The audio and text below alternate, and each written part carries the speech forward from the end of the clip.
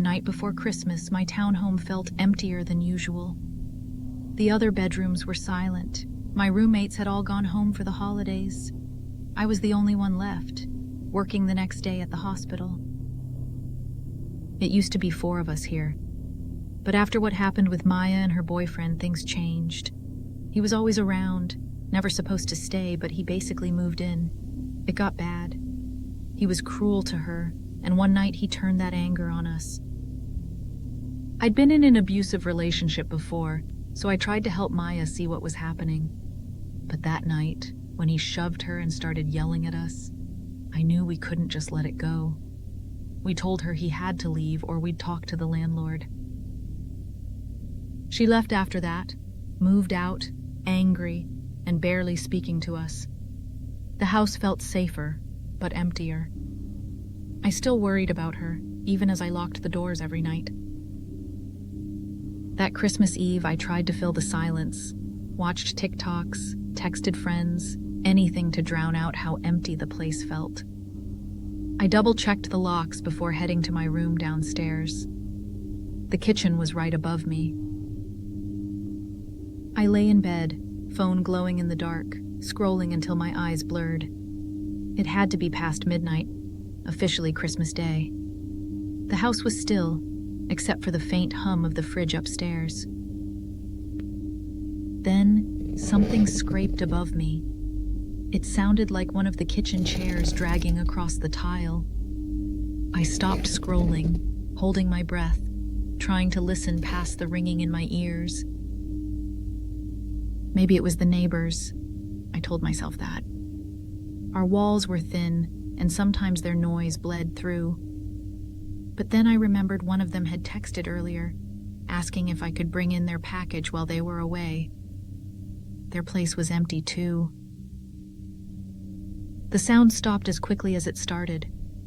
I waited, counting the seconds, but nothing else moved. I tried to convince myself it was nothing, just the house settling, or maybe a stray animal outside. Then my bedroom door started to open. Slowly, quietly, like someone was testing if I was awake. I froze, phone screen still lighting up my face. I couldn't pretend to be asleep. The light gave me away. I stared straight at whoever was in the doorway. My heart hammered so hard I thought it might give me away. All I could see was a shadow, just the shape of a backwards baseball cap, nothing else. We just stared at each other. 10 seconds, maybe less, but it felt endless. Then the foot in the doorway slid back and the door closed again. I didn't move. I couldn't. I sat there paralyzed, barely breathing. My mind spun. Should I call the police? What if he was still in the house? What if he heard me? My parents' phones would light up if I called 911. I didn't want to scare them. I just didn't want to move. Instead, I texted Malik, the guy I'd been seeing. I typed, "Some random guy just broke into my house and came into my room." My hands shook so badly I could barely hit send. Tessa, you need to call the police right now. His reply snapped me out of it. I dialed 911, whispering to the dispatcher that someone had been in my room. My voice sounded like it belonged to someone else. Do you feel safe enough to unlock the front door for us? Or should we come in another way? I told her I wasn't going up there alone. I didn't care if they had to break the door down. A few minutes later, I saw flashlights sweeping across my window. The police knocked, voices echoing through the empty house. I waited until they called out for me, then stepped out of my room, legs barely holding me up. They told me to wait on the back porch while 2 of them searched the house. One officer stayed with me, his hand on his radio the whole time. I could hear them moving upstairs, calling out, guns drawn. It felt like something out of a movie. They didn't find anyone. No sign of a break-in, Nothing missing, nothing out of place. They even tried for fingerprints but came up empty. The officer said the back door was unlocked. No damage, just open. I swore I'd locked it. Malik came over and stayed with me that night. I couldn't sleep. I kept checking every door, every window, over and over. I wedged chairs under the handles, stacked boxes in front of the doors, anything to feel safe. The next morning, I called the landlord. I told her what happened, asked her to change the locks. She refused. She never changed them, not once for the rest of the time we lived there. Now every night I check the locks 3 times, sometimes more. Doesn't matter where I am. I have a dog now and a Ring doorbell, but the feeling hasn't really faded. It's like the house itself is waiting for something to come back. I keep thinking about Maya's boyfriend. He had a key, maybe even made a copy. But if it was him, why didn't he do anything? Why just stand in the doorway, then leave? If it was someone random, what stopped them? Sometimes I wonder if I'll ever know who it was, or if they'll ever come back. I still see that shadow in the doorway when I close my eyes. Some nights I wonder if it's still standing there, just waiting for me to forget.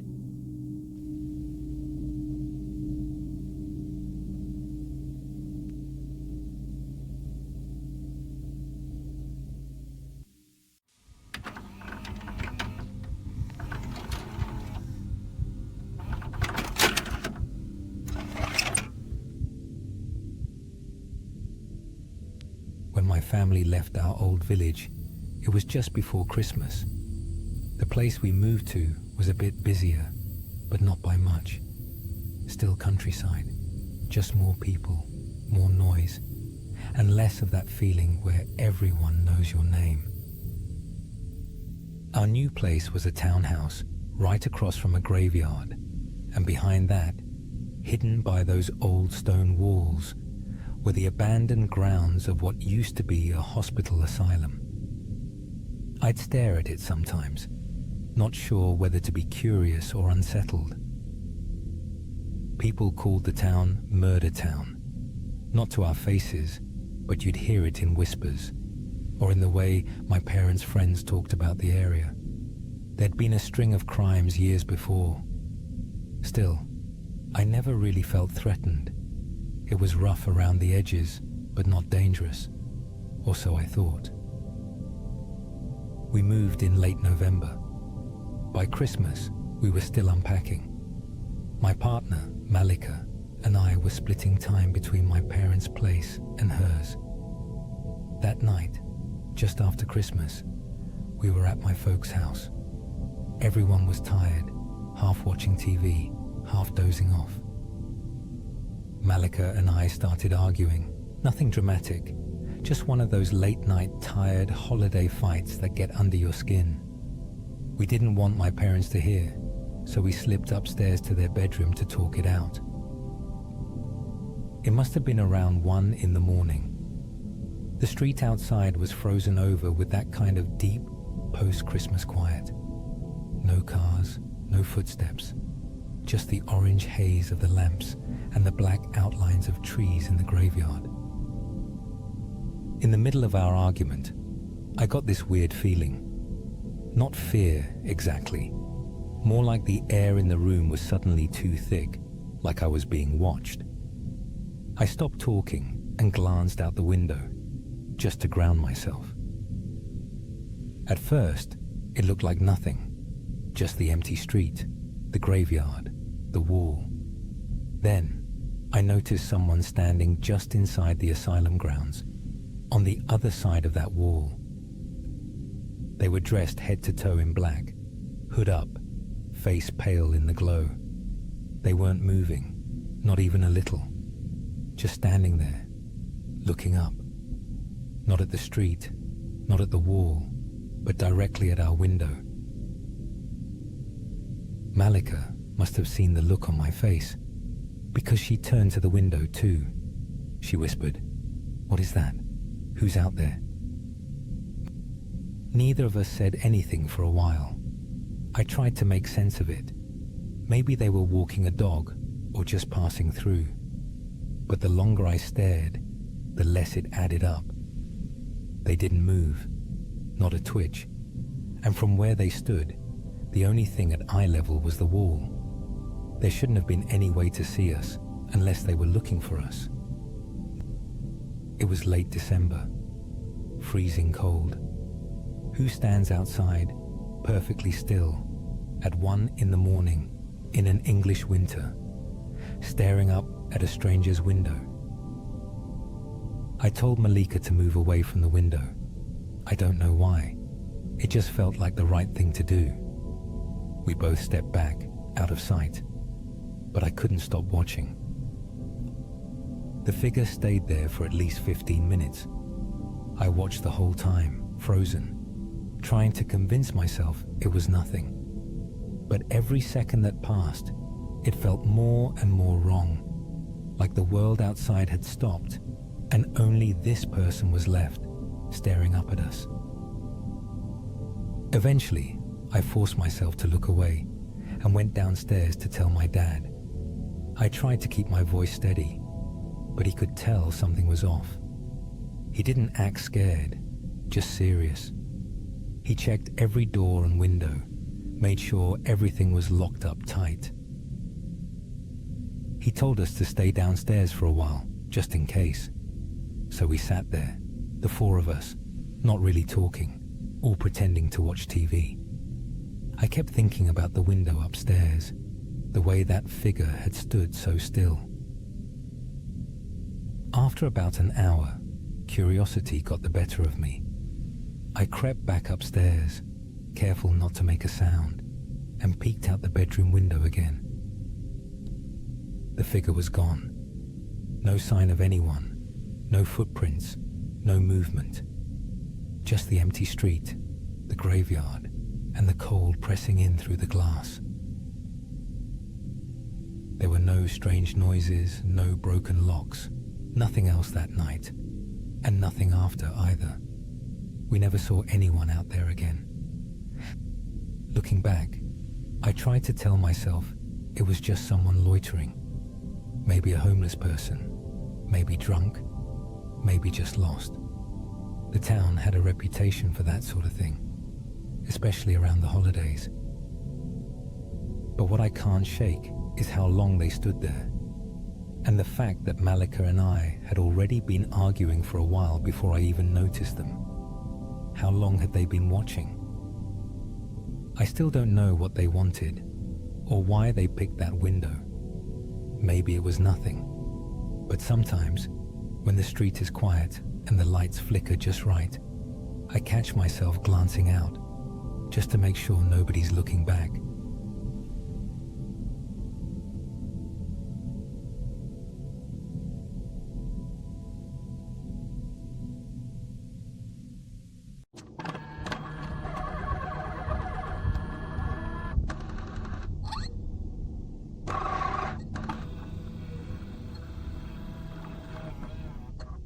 Christmas Eve in the city. I was 22, hustling rides for extra cash before heading home. The streets were slick with ice, headlights blurring in the cold. The city felt emptier than usual, like everyone with sense was already inside somewhere warm. I got a pickup at a low-rise apartment complex on the edge of downtown. Not the best area, but not the worst either. I'd seen worse. My old Impala rattled as I pulled up, engine idling loud in the cold. The guy was waiting outside, hunched over a pile of boxes and bags. He looked like he'd packed his whole life in a hurry. I rolled down the window, and he nodded, eyes red, face streaked. He didn't say much, just started loading up his stuff. It took a couple minutes to cram everything into the back seat and trunk. My car's not big, but we managed. Barely. He kept his head down, mumbling thanks. I could tell something was wrong, but I didn't ask. As soon as we pulled away, he started crying. Not loud, just this quiet, broken sound. He told me his girlfriend had been cheating, that he'd caught her earlier that night. She kicked him out. Lise was in her name.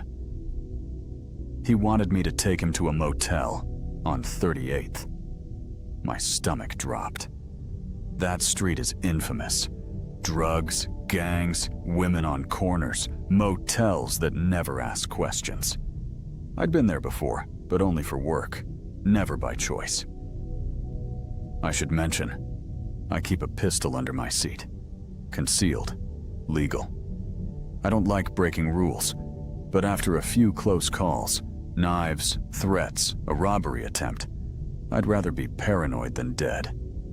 That night, I could feel its weight more than ever. We turned onto 38th. The streetlights flickered, half of them dead. People milled around in the shadows, some slumped against buildings, others moving too quick to track. The motel was all ground-level rooms, neon sign buzzing, paint peeling off the doors. He asked if I could wait while he checked in. I agreed, keeping my eyes on the rear view. I watched him walk to the office, shoulders hunched, hands jammed in his pockets. The cold seeped through the glass. The parking lot was a mess. Trash everywhere, broken glass glinting in the snow. I spotted a guy slumped against the far wall, a needle still in his arm, head lolling to the side. Somewhere nearby, a door slammed. I kept my hand close to my seat. He came back, key in hand, and asked if I could drive him around the corner to his room. I said sure. The motel was all single-story, each door with a number.